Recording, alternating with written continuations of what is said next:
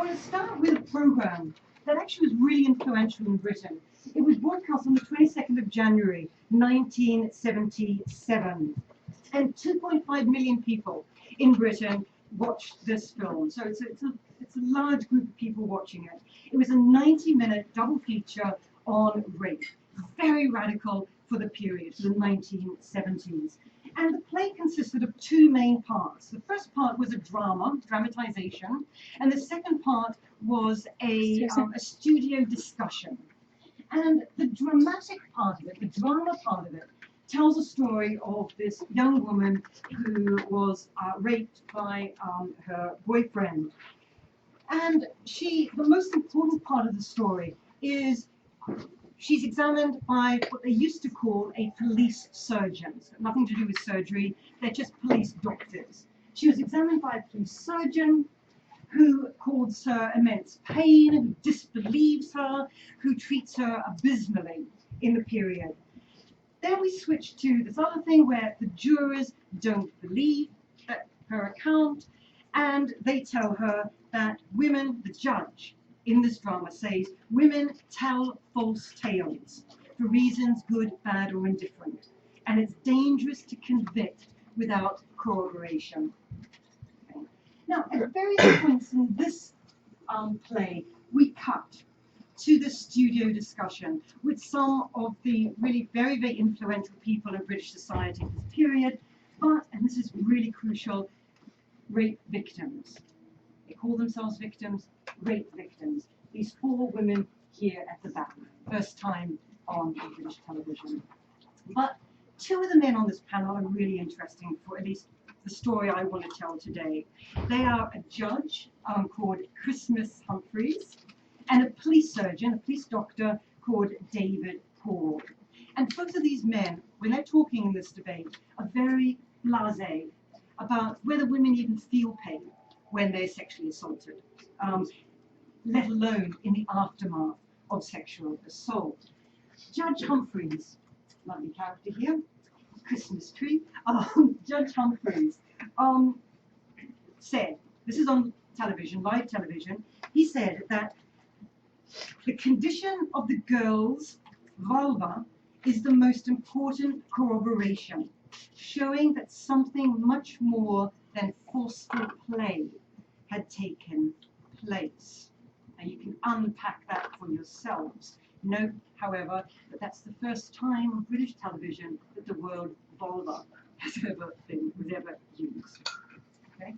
Humphreys, however, is well known. He's notorious in this period because just a few months before this debate, he sentenced a man who had raped two women with a knife to 6 months suspended prison service, and the following day had sentenced another man for 18 months in prison for fraud involving £200.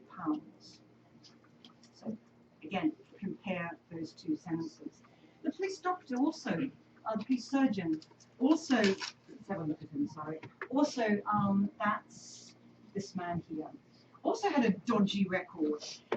Again, just a few months before this program, he published an article in British Medical Journal, top journal in Britain, in which he argued that, quote, penile penetration into the vagina of a small child cannot be accomplished without considerable force.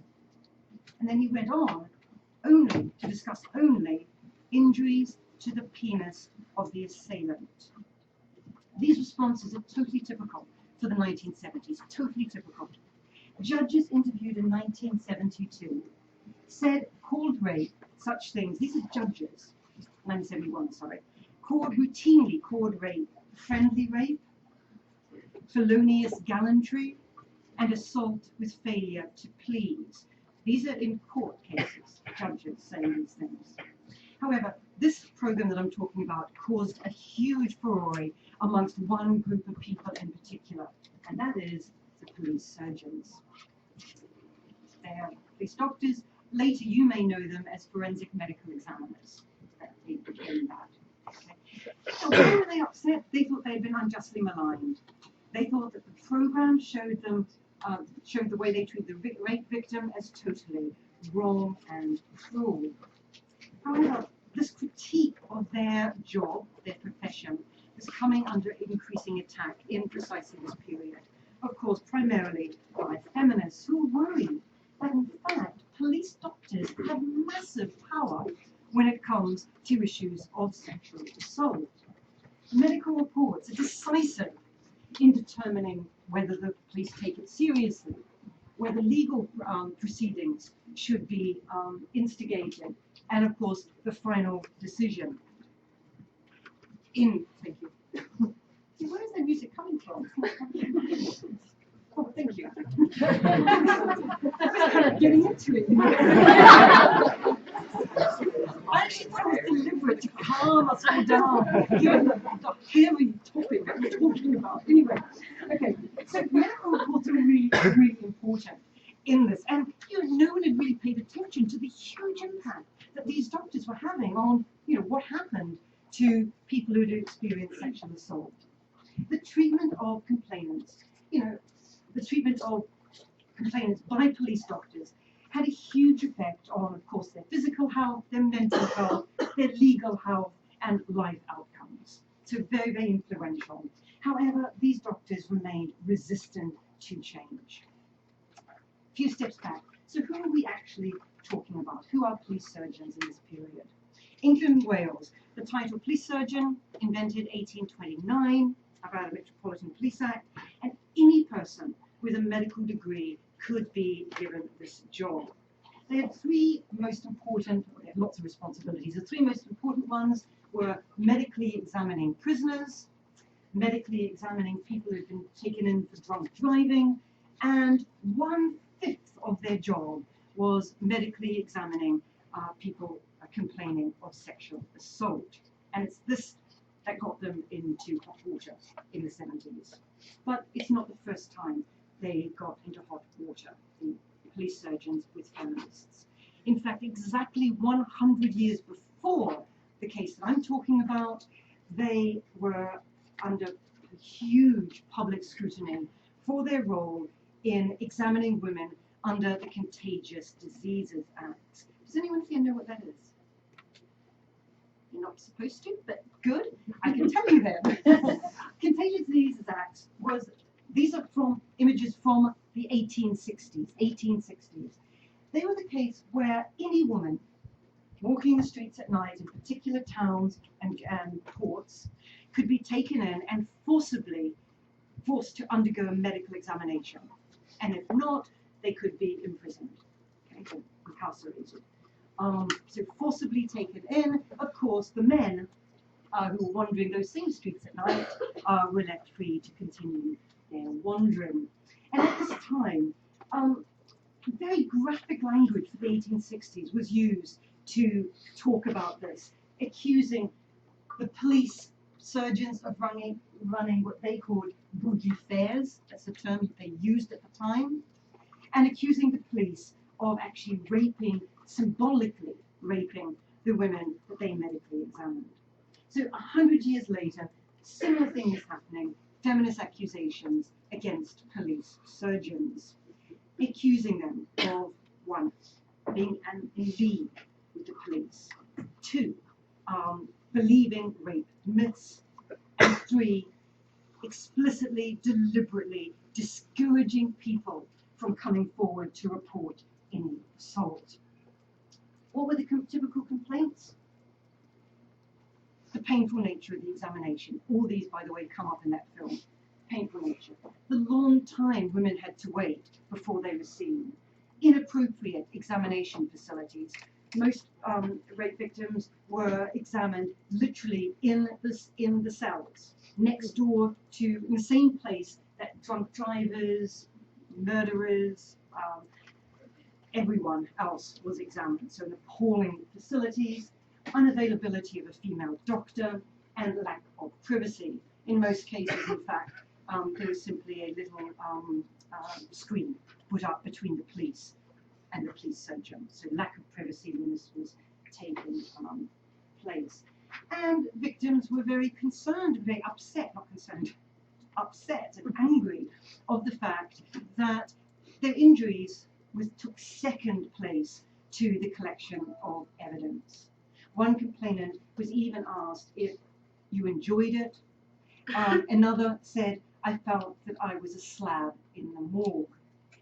So, how can we explain this? What explanations were given at the time for this lack of sensitivity to people reporting rape? Okay, first, as we heard already about when we talked about Mr. Christmas Tree, Christmas Humphreys, physical injury was assumed to stand in for real rape. And anyone in this room knows this. The problems with this are absolutely obvious. And that is only a small proportion of rape victims have any leisure. Victims often don't report the case immediately, so of course bruises and everything have healed. Often they just submit through terror or because there's a weapon involved. And there's no clear relationship indeed between the extent of tissue damage, lesions, bruising or anything, and the degree of pain. Second explanation given at the time was this was a very masculine profession. Police surgeons are almost all male, 1 to 8. So to every every 8 men, there is 1 female police surgeon. Third, the post, as you can imagine, attracts a certain kind of position. After all, most rapes take place late at night. So if you're taking the job as a police surgeon, you usually have to work late at night. You have to work with poor, low pay. In fact, they pay abysmally. You have to work in poor conditions, late at night, in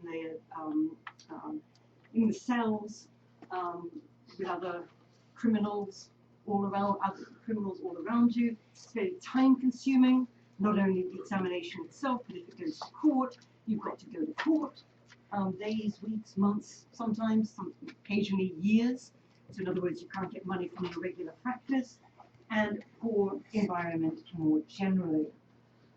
Furthermore, all, without exception, of these police surgeons found that the job distasteful.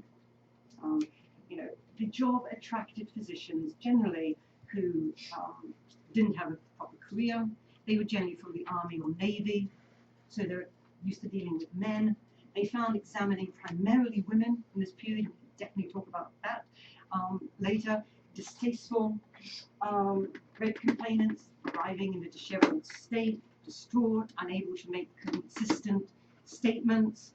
After conducting the medical examination, of course, they didn't see these women again. So in other words, they weren't part of their usual practice. So they didn't have this duty of care over a longer period. They saw them once and maybe in court, months later. In other words, they're not patients as such that doctors are used to dealing with. Crucially, rather than being accountable to people reporting rape or their families, the police surgeons are accountable to police. And nearly all of them believed that it was their duty to tell the police whether it happened. In other words, they actually believed that was their duty, to tell the police whether it happened. They also nearly all believed that they should ask about previous sexual experience, even though this had been deemed irrelevant by the Hepburn Report. Okay? So they all believed that it was their duty to tell, and they should know what the women's sexual history is before they took it forward. Obviously, the law enforcement environment in which these police surgeons were deeply enmeshed was not conducive to sympathy for rape victims. As I've already said, most examinations took place in police stations, or as the president of the Association of Police Surgeons, so this is the top guy in the field, admitted in 1985, they take place in the immediate vicinity of numerous noisy, undesirable, and unsavory characters. And final point to make about this is that they weren't trained at all. Only 9% got any kind of training. in what they were meant to be doing. Police sergeants are also part of a community that's really acutely aware of the problem of false accusations of sexual abuse. Unlike any other profession, I think, police surgeons were, unlike any other occupation, police surgeons belong to an occupation that was regularly required to have contact with the sexual organs of strangers. So doctors generally are part of a profession that have sexual access to sexual organs of strangers. From their first year in medical school, doctors have been schooled in the risk of sexual accusations of sexual abuse. They'd been schooled in it from year one that this was a problem. And they understood you always had to have a chaperone around. So in other words, they believed that there's a high proportion of false accusations of sexual assault. That was schooled into them. They believed it strongly. Okay. Now, crucial question though, for police surgeons. Well, how can you know whether someone has been sexually assaulted? How can you actually know? Obviously, corroboration was required. Without exception, police surgeons believed that the corroboration that you needed was physical injury. In the words of their textbook, the main textbook in their field, called the Practical Police Surgeon, the resistance of the female must be total and maintained to the end, or such time as further resistance is impossible. In other words, unconscious or dead. Now, there are lots of problems with the statement. Two most obvious. One is that, in fact, in England, Scotland, and Wales, it's actually not the case that resistance,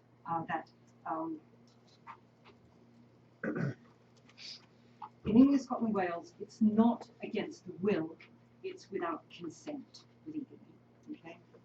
So, in other words, it's not against the will of someone, it's without their consent. So in other words, you don't have to resist. You don't have to sustain wounds. You don't have to fight to the end. She only needed to have not consented to the position. The second problem was in the ways that police surgeons were taught to corroborate sexual abuse. These are by reading bodily signs and by evaluating emotional states. Now, the first of these, corroborate by reading the signs on the body. In other words, bruising, wounds, etc., came under huge attack and fundamentally undermined by the very, very famous Cleveland child sexual abuse scandal of 1987. This scandal, which we can talk about, was a dramatic effect on the way sexual assault was dealt with in Britain. The scandal led to the conclusion, everyone noted, that that physicians were publicly shown to have no idea about what a child's body looked like, or indeed what an adult woman's sexual body looked like. And it was proven publicly and conclusively that they had no idea. Okay, so they could not corroborate through bodily signs. In fact, it was even shown that they couldn't even tell whether a woman had had sexual intercourse of any kind, let alone violent sexual intercourse or any other sexual intercourse. So in other words, this threw the scientific objectivity of police surgeons into doubt. Second way is through the evaluation of her comportment. That is, since the beginning of the 19th century, textbooks in what they call medical jurisprudence had provided instructions that you can tell if a person, and they say women, you can tell if a woman's been raped by the way she acts. So no lesser authority than the Royal Commission on Criminal Procedure, this is the top, instructed police surgeons that they must observe the method of undressing. Is the woman just listen to the language. Is the woman a shy, retiring child, or is she a professional stripper? General appearance and demeanour of the victim should be noted, including eccentricity of dress and the use of cosmetics. So, don't report sexual assault if you're wearing lipstick. Some police surgeons actually began to get worried that actually their power was being undermined by such things, because of course feminists are just killing this sort of stuff. And they sought to defend themselves. They sought to defend themselves in a number of ways. One is this complacent shrugging of the shoulders. It's very common. In other words, in the cold light of day, it may not look so good, but then is it not often so? What can we do? It's midnight. It's 2 in the morning. Can't blame us. Still others attack the critics, particularly the feminists, in the newly opened rape crisis centres, who they said were emotional, unreasonable, hysterical. Even equally trenchant is actually attacking the very few women police surgeons, saying actually women police surgeons aren't so great. They're not suited to the job because they are innately emotional. And I want to give you just one example. This comes up time and time again. It's a huge one. One example. Correspondence in the British Medical Journal, 1991. London-based GP, female, who was often summoned to examine rape victims, wrote that female examiners need to have a supportive family life because emotionally it's very difficult. It can take me a couple of days to get over it. You have to be kind and sympathetic, good at writing reports and good at court. It's a tall order.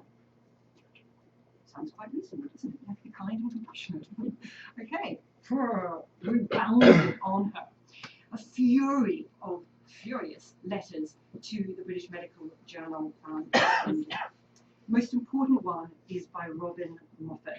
He's important because of his position, President of the Section of Forensic Medicine of the Royal Society of Medicine.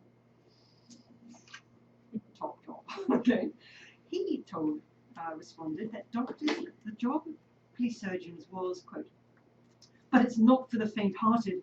It's very traumatic and very demanding, requiring high skills. What's needed is cool professionalism.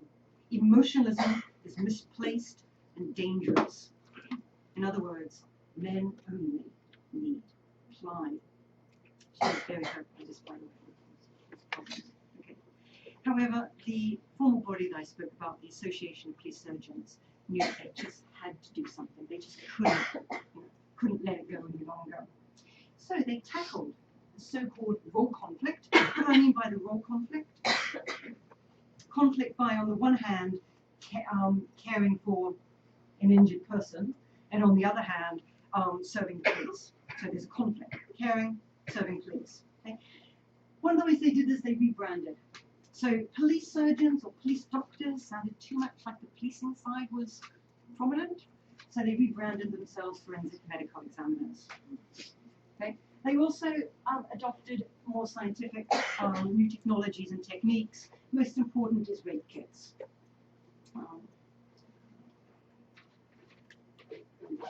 Third thing they did is finally, and very, very, very, very, very reluctantly, in fact it took 23 years, they accepted the existence of rape trauma syndrome. And we can discuss this more later. But basically, rape trauma syndrome, that the effects of a rape have a long aftermath, was only invented in 1971. But it took until 1984 for police surgeons to accept it. And it's a long story which we can talk about, but gradually over time, it became commonplace that instead of what we used to have, that psychological trauma didn't happen, that every rape victim experienced trauma syndrome. But this sounds like a step forward, but there are problematic aspects to it as well. The originators of rape trauma syndrome, feminists, physicians, and scientists, intended it to be therapeutic and educative. In other words, teaching people that some women do report it. immediately. Most women didn't report it immediately. And that women had different emotional responses. Some cried and some actually laughed and tried to cope with it that way. Problem is, it quickly got a role in law. So in other words, very, very quickly, the act of diagnosing psychological trauma through sexual violence as a result of sexual violence is used against victims. Rape shield laws, which she introduced, which meant that you couldn't tell in court, you couldn't announce in court a woman's sexual history, could be circumvented by using rape trauma syndrome. So saying this woman has rape trauma syndrome meant that they could bring in other evidence about her life to circumvent the rape shield laws. So in other words, by introducing rape trauma syndrome, the entirety of complainants' life and comportment could be again scrutinized. Rape trials once again focus not on the defendant, but on the victim, and particularly on her personal life. So it became a disciplining voice. Also, with the introduction of rape trauma syndrome, victims were increasingly encouraged to think about their pain as private to themselves, something about themselves, as opposed to socio-political. Again, just to reiterate, this is not the intentions of those wonderful feminist physicians who invented it, but this is how it was used. So in other words, the meaning of agency itself, a woman's agency, was increasingly individualized, depoliticized, and turned inward, made psychological, as opposed to external. So in other words, what we have is, instead of that early generation, those who invented rape trauma syndrome, saying, yeah, and we need to go out and protest on the streets, and we need to lobby, and we need to do all this, instead, rape trauma syndrome became something that meant, no, you just need to get a new gym membership, you go have a makeover. It internalized all of this, get a good counselor, hire a good counselor. Okay, so in other words, victimization turned into an inner turmoil as opposed to an external event. So just to conclude, in 1977, 2.2 million viewers turned into this wonderful program, which confronted police surgeons and arguably made a difference.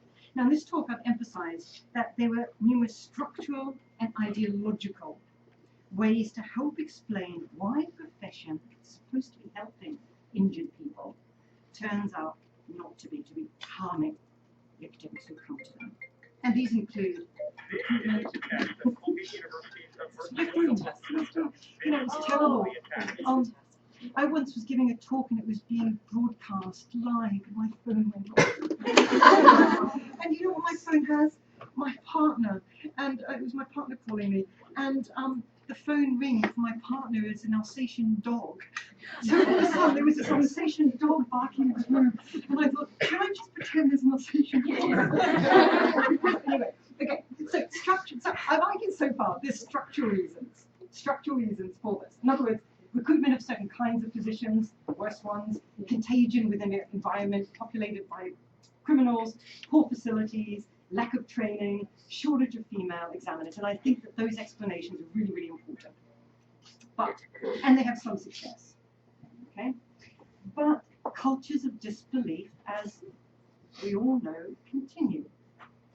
The assumption of no wound, no assault continues. CSI effect, thank you. Rape trauma syndrome continues to be used to discredit victims as opposed to credit them. More fundamentally, however, I think it's problematic to assume that there's been this shift from lack of sympathy to sympathy. After all, complaints about the medical treatment of people who complain of rape continue to be heard. In other words, what I think we're seeing is something else, and that is a cycle of harm. So you have this cycle over time we can trace. You have a harm, you have a scandal. Accusation, you have then reform. Then there's a pause, then there's another scandal, another accusation, another reform, and it goes on and on and on. Now, how can we explain this? I think that it's too easy to be suspicious of police surgeons. There are a lot of bad apples out there, so to speak, bad cultures. But a lot of police surgeons in this period are sincerely caring people, okay? Especially the female ones. Equally, I think it's too easy to be cynical about the reformers. Too easy to say that the public inquiries were no more than public relation exercises. After all, these inquiries were often led by good, strong feminists. So I think there's something else happening here. And this is what I want to conclude on.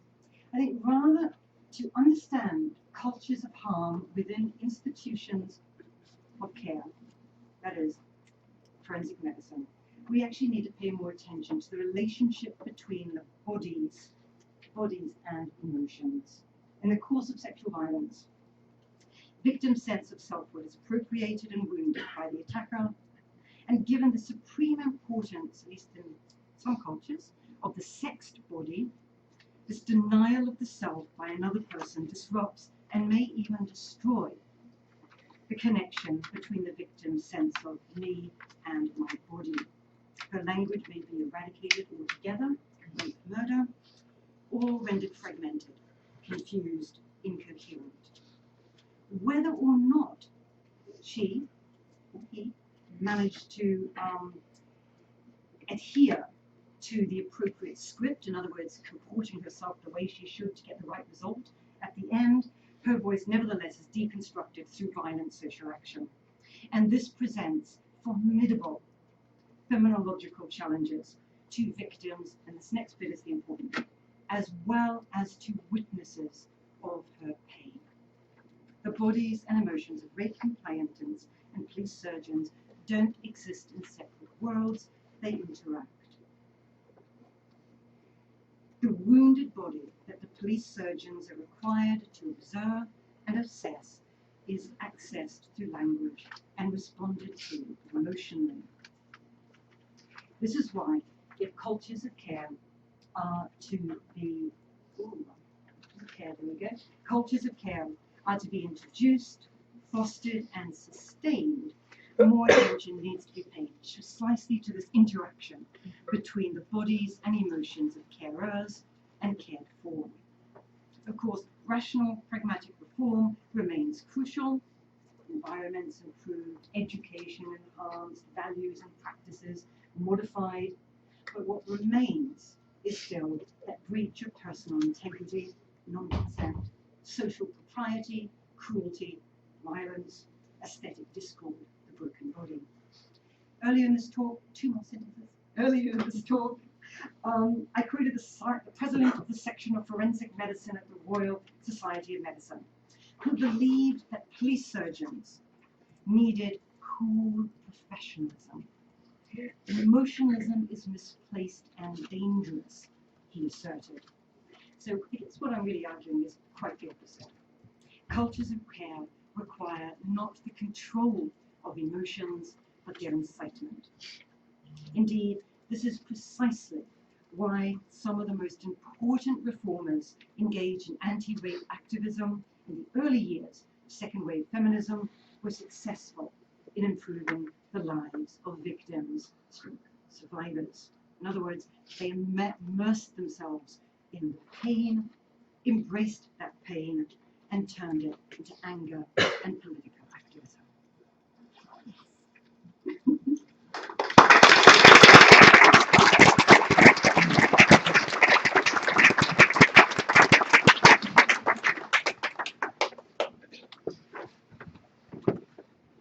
We have time for discussion.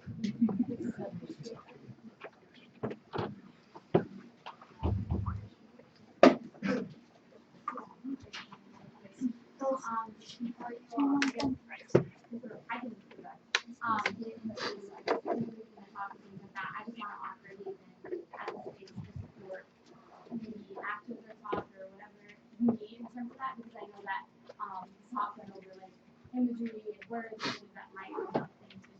So I just want to offer that today. I'm Natasha Flores. I'm a program coordinator at Asian. I graduated in 2014. So if anyone needs that space, I'll be available from 1:30 to 5:30 Rochelle's in the hospital. So, Joanna talked a lot about, a lot of the stuff that happened in history that shows that we had a lot of work to do.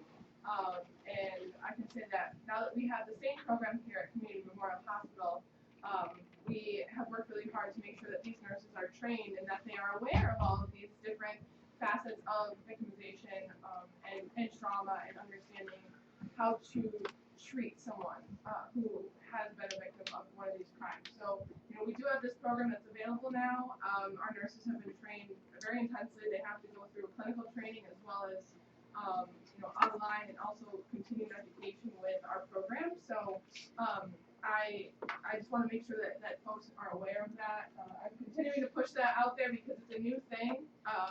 The program is available from 6 p.m. on Thursdays until Monday morning at 8 a.m. So folks can walk in, they can contact our hotline. I know that there's some materials, I believe, whether ODOT has them at her office or also up front there where the paper materials are. If you needed to contact us, reach out to our hotline. We're also available for support as well, as a separate entity from Colgate if you're looking for some off-campus support as well. And I'll be here at Haven today, probably after this is over until 3 o'clock, and then I have a meeting, but I'm available as well. So thank you for that. I want to chime in for just a second. The same program is available at other hospitals too, so if it's not, we know that crimes don't only happen between the hours that Rochelle indicated. If a sexual assault happens at another time, the best way to get a hold of the resource is to call the Help Restore Hope hotline, and the advocate will be able to direct you and help you every step of the way. Okay, so use that hotline no matter what time of the day it is or day of the week it is. And Natasha, who introduced herself a little while ago, she's a confidential resource. So if you go talk to Natasha or anyone at Haven or the Counseling Center or Rochelle, there's no reporting that is required of that. Thank you. Thank you. Can I just say something about this? I mean, this is really so important. And I think it's crucial that we remember just how recent these kind of initiatives are, for people. I mean, they're really wonderful initiatives and really recent. And also, speaking again from my background here in Britain, we also can't be complacent about it, because certainly in Britain, they are being cut like crazy, these kind of resources. So, I think history is really important to understand where we got where we are to this fantastic situation that you have here, for example, but also not to be complacent about it, because without, continuing political activism and continuing working at this system, things can go back to ways that were not so good.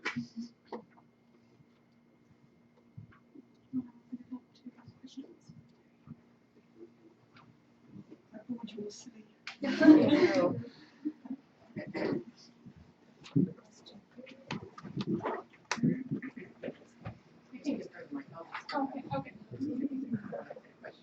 My question is, given that female to male examiners, the ratio was 1:8, has there been any examination or research on how the treatment of women fared under just female examiners? There wasn't until the late 1980s which looked at that and actually showed that there was very little difference in the actual of trained people when they start.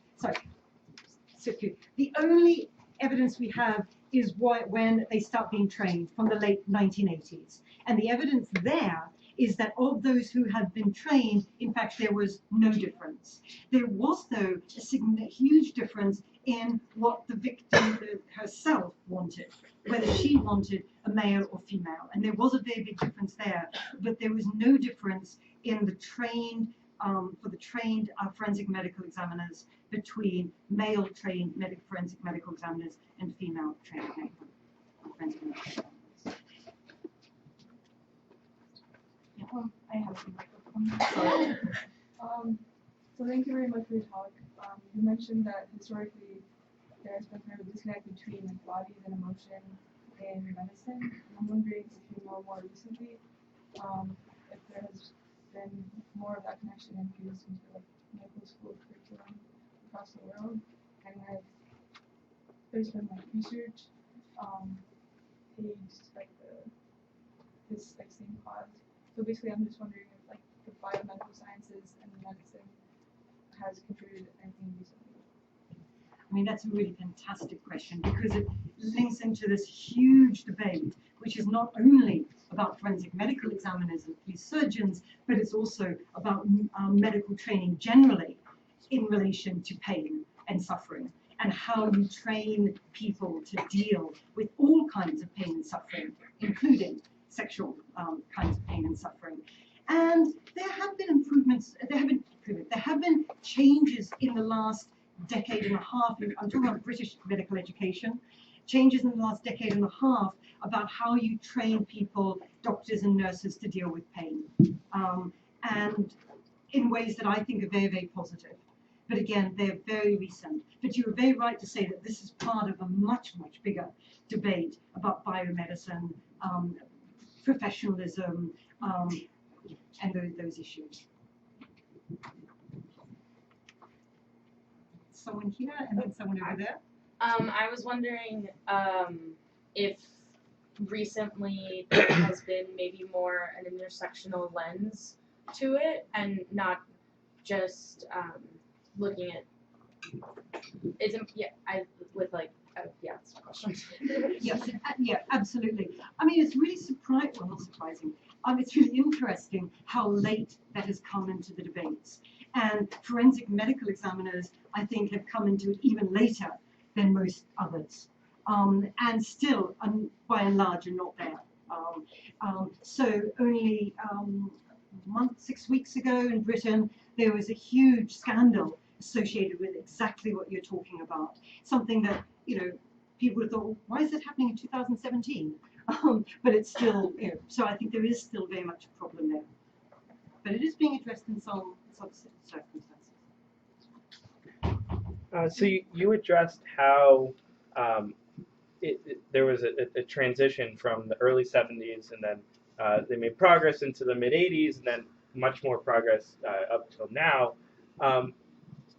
What are some of the events that kind of led to those structural changes in the way that the government and the society reacted to sexual violence? Okay, good question. Firstly, I actually don't think that there's been a move of progress. I think there's been the cycles of violence, cycles of harm that is happening, which of course every time it gets slightly better, but there's still, it goes like that. There's still happening. I mean, we're still getting, every 6 months a major scandal is taking place in terms of this. I mean, just again, 6 months ago, it turns out that there are literally millions, no exaggeration there, millions of rape kits that were taken and were never even sent to the laboratory. They were just stored. So in Britain, and same, by the way, similar scandals happened here recently.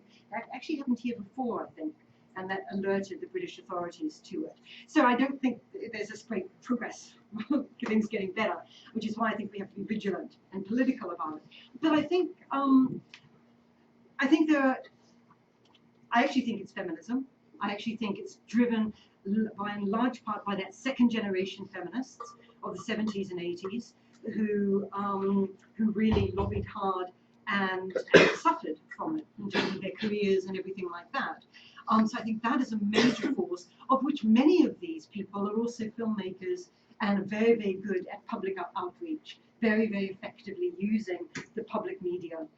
So I think that's the main driving thing. I think the thing that's holding British improvements back is funding cuts. The Rape Crisis Centre in my area no longer exists. So I think that is holding things back a lot. And I also think that there is more of a sense that, at least in terms of public accountability in the NHS, National Health Service, that you can't have one group, quite a significant group of people who are being harmed, simply sidelined. So I think that it's also part of the politics of the NHS, which of course is very different here.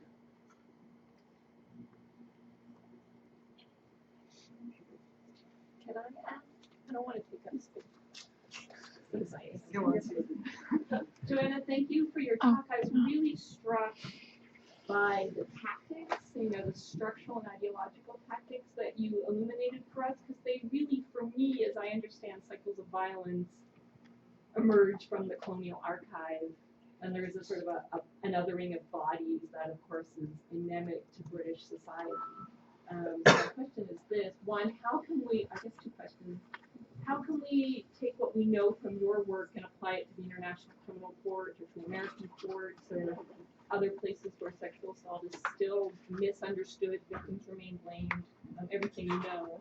And secondly, as Britain turns inward as a result of Brexit, what space is there? What resources are there? How are feminists and other social justice warriors organizing? How are they even able to hold the line, or are we looking at a rollback rooted, I think, in things we learned in colonialism? Oh, where to start? Don't get me on Brexit. International Criminal Court. I mean, you're right. The same things that I'm talking about here are happening all over the world. I mean, right now I'm writing a global history of sexual violence, and so much of this is coming up in all of those, all of the areas, most of the areas I'm looking at. There's certain areas where there's specific issues, but these are common to particularly Western culture. In terms of the International Court, as you're very, very much aware, that it was there that rape trauma syndrome is used explicitly, not only against victims, but in favor of perpetrators. Rape trauma syndrome and PTSD is used in the International Criminal Court, Yugoslavia, to argue that, well, she says she's been sexually assaulted. We know that sexual assault leads to memory loss, trauma, all those sorts of things. So therefore we can't believe her. And the perpetrator, alleged perpetrator, he was traumatized. So he's not really responsible for it. He had PTSD, he also suffered. So in other words, PTSD and rape trauma syndrome, he was also raped, are used in those sorts of ways. About Brexit, I think it's going to cause a rolling back, because so much of the funding for sexual abuse facilities is actually European, not British, and the current government is not dedicated to sexual abuse issues. She has no interest whatsoever in gender, sexuality, anything like that, and is pandering to a right within her party. So actually, I think there's going to be a rollback. Which is why I think we shouldn't let it roll back. And I think we ought to actually be, a lot of feminists that I'm working with, we're all thinking about tactics to kind of, make protest more effective at that level, governmental level.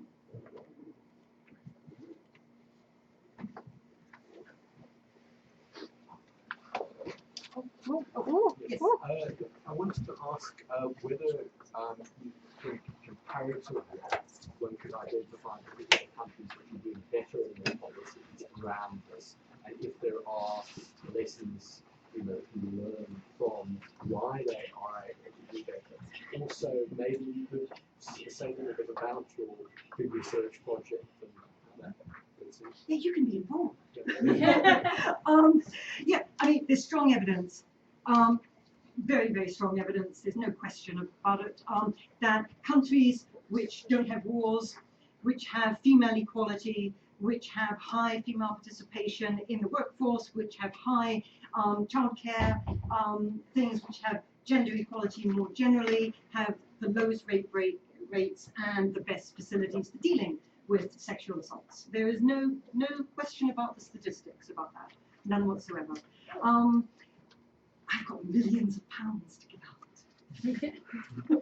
out. My new research project is actually about this. I'm just about to start, October next year, a major research project on sexual violence, science and psychiatry. Which is looking at over history, but you don't have to be an historian. It's a multidisciplinary project, and as part of that, there will actually be 2 PhDs on offer with money. Good money. For people who want to work on issues of sexual violence, as long as there's a medical and psychiatric aspect involved, component to it. So spread the news. They'll be advertised around June next year, but over 5 years. So they don't all start next year. So that's my big project, which I'm really excited about. Yeah. Not the money, but believe it or not, none of it goes into my pocket. Well, I can play Madame Bountiful.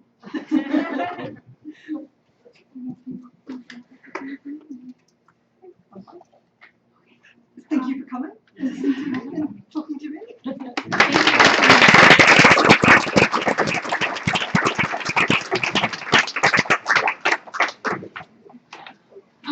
Logistical things. If you have time to stay, please help stack chairs. Trash cans are in the back corner. Green trash can, please. And yes, again, Haven and Rochelle Robinson with Help Restore Hope is a resource to all of you. If you're in need. And thank you so much. It is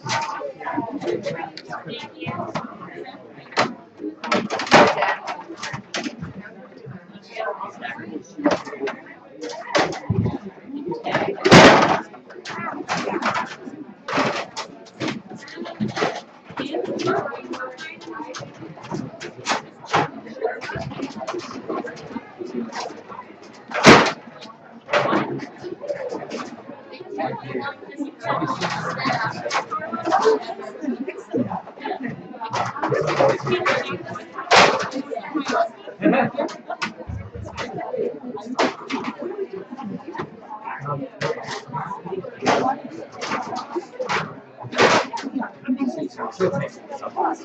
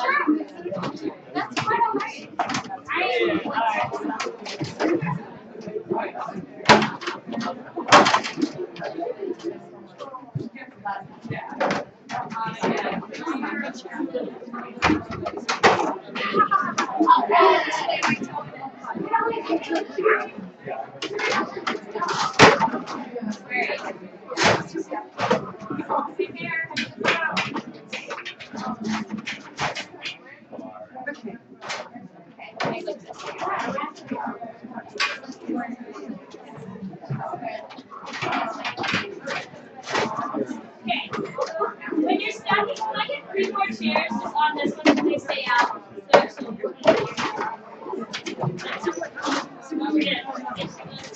Thank you. Stack, stay. Thank you. It's okay.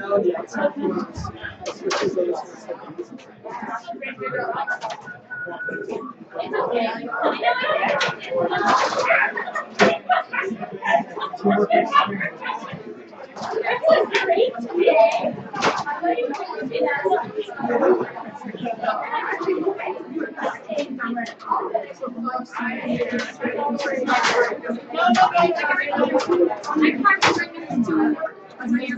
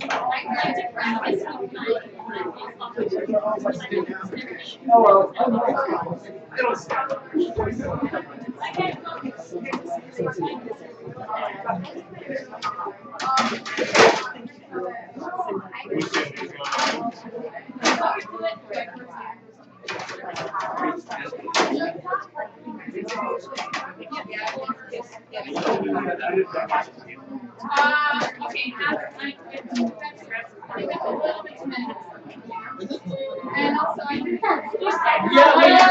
I it's alright. It's alright. It happens. It happens.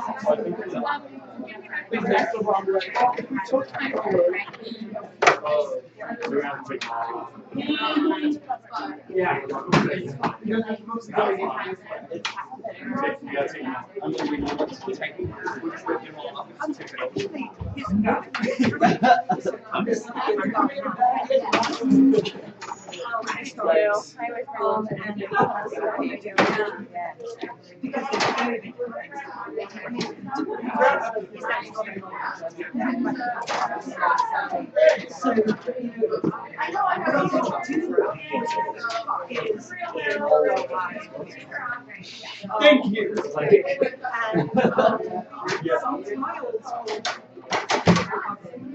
I'm sweating, but of course.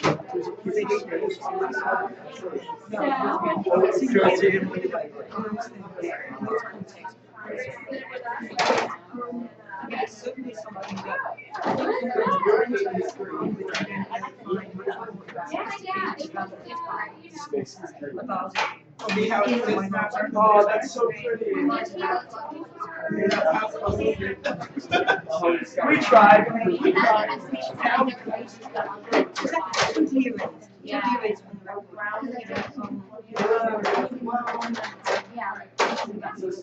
Yeah.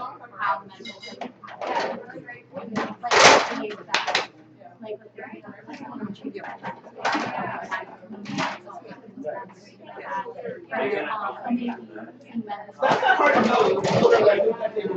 By yourself. Yes, it's right.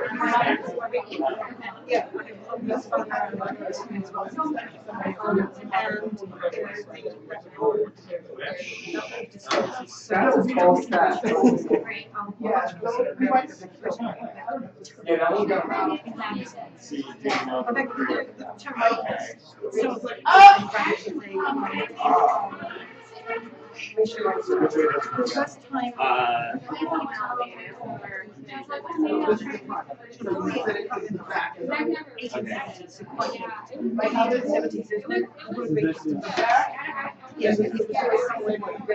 no. Yeah, like that. He just completely missed it. No, he just missed it. Right here. Look. Right here. Back. Back's on the shorter one. I think that's wrong. I think it's because there's these like little. The back is on the cookie side. Yeah, we have to rotate it. They don't make this easy. Spatial reasoning is not our forte. Yeah. Yeah, we planned it. Look, I'm digging the color scheme though. We're not aiming for color scheme, we're just happy to keep it.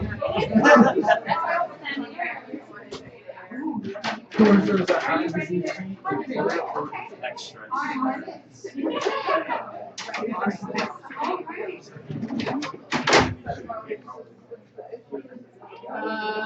Just another like 6. Beanbags, beanbags free.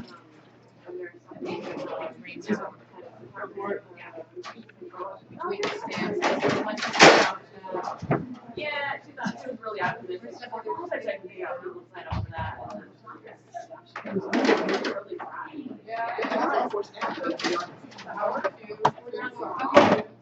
So yeah, you just gotta kind of like tell them. You also have a chance. No, don't put those there. Don't put those there. Those need to go back. That set that we have over there. I feel like some more needs to go maybe on this one to even them all out. Because this one's looking pretty good. Yes, yeah, I think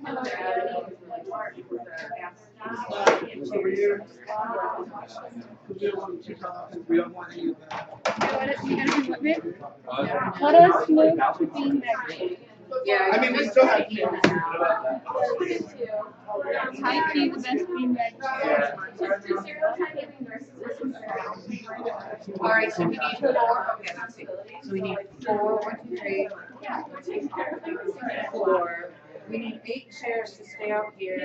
Yeah, we need. So we need 10 chairs out here. So we need computer area. Wonderful. It's 4 over here and 4 over here. So that kind of probably does it.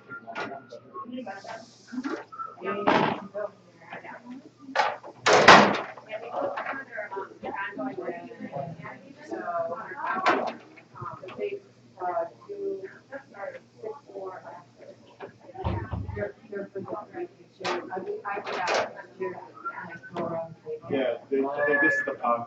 That's the power of the. Are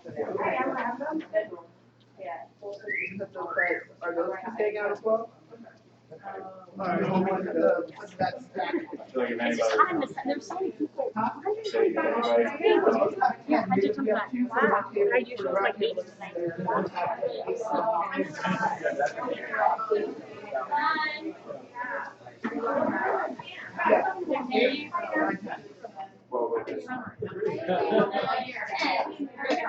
So we don't need that. Or we can. No, this is 10. Okay. Those two. And then what is that? I'm sorry you guys had to be doing it.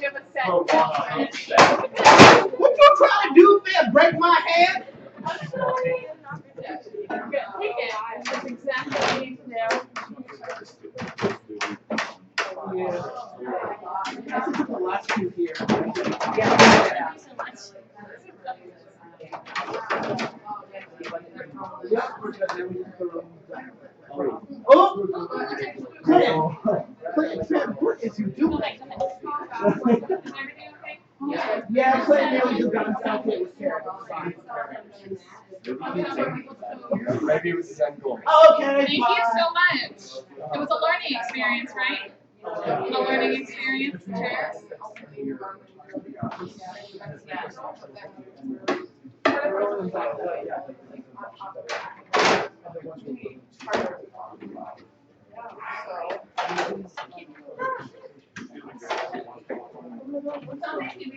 Get out of the way. That's what I do. To the closet, right? The door is open on the right. A little bit farther down.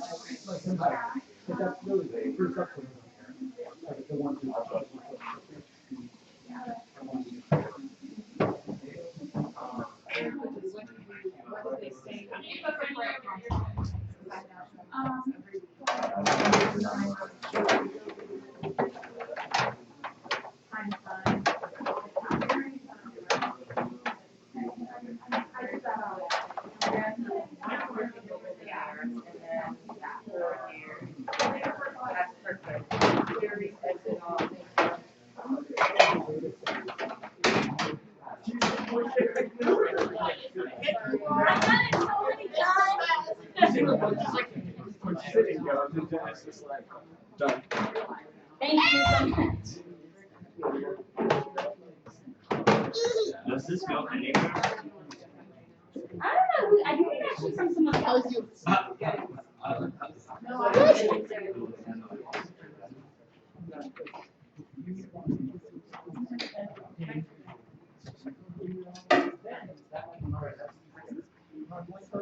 I got class on 120. Seems different. Yeah, we're. Feels different. Yeah. Hey, we still have those two. What is Nice, what's up? Max? Max is fixing her arrangement.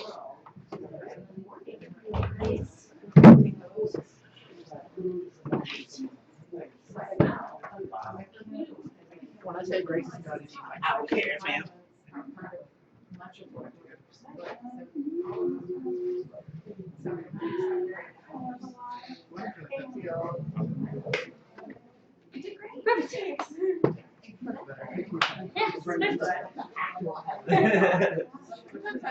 That was quick. When you have more people doing it. It's true, it's true. When you get the help.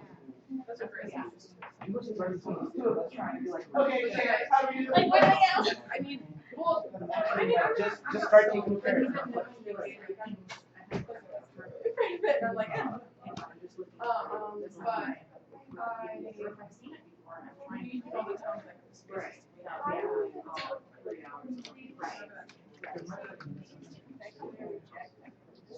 So we're gonna go. As like burger store. And I have a whole list. So Follow me up. I know. Crazy, like whatever you have going on. Yeah, so I thought it was better maps and then it's gonna be on guard this whole time. Yeah, that's okay, but. I see how it is, Denise.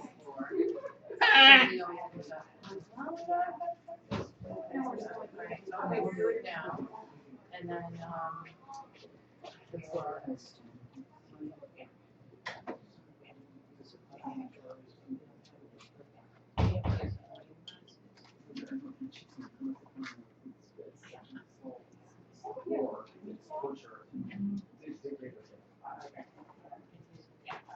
I get to use the paper. Yeah, they want me to break it down.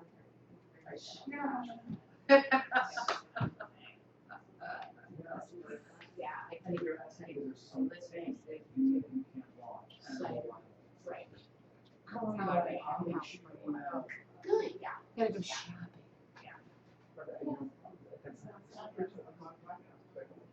I'll do it. It's under my name right now. Thank you. No problem.